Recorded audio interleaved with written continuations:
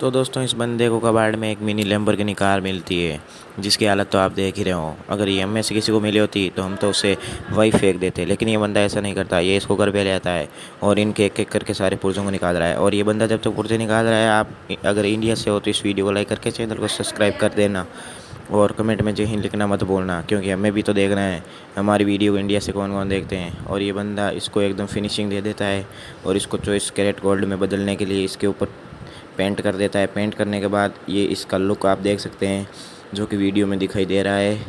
और ये बंदा अलग पुर्जों को एक डब्बे में डालकर उनको छोड़ देता है और एकदम साफ धो देता है।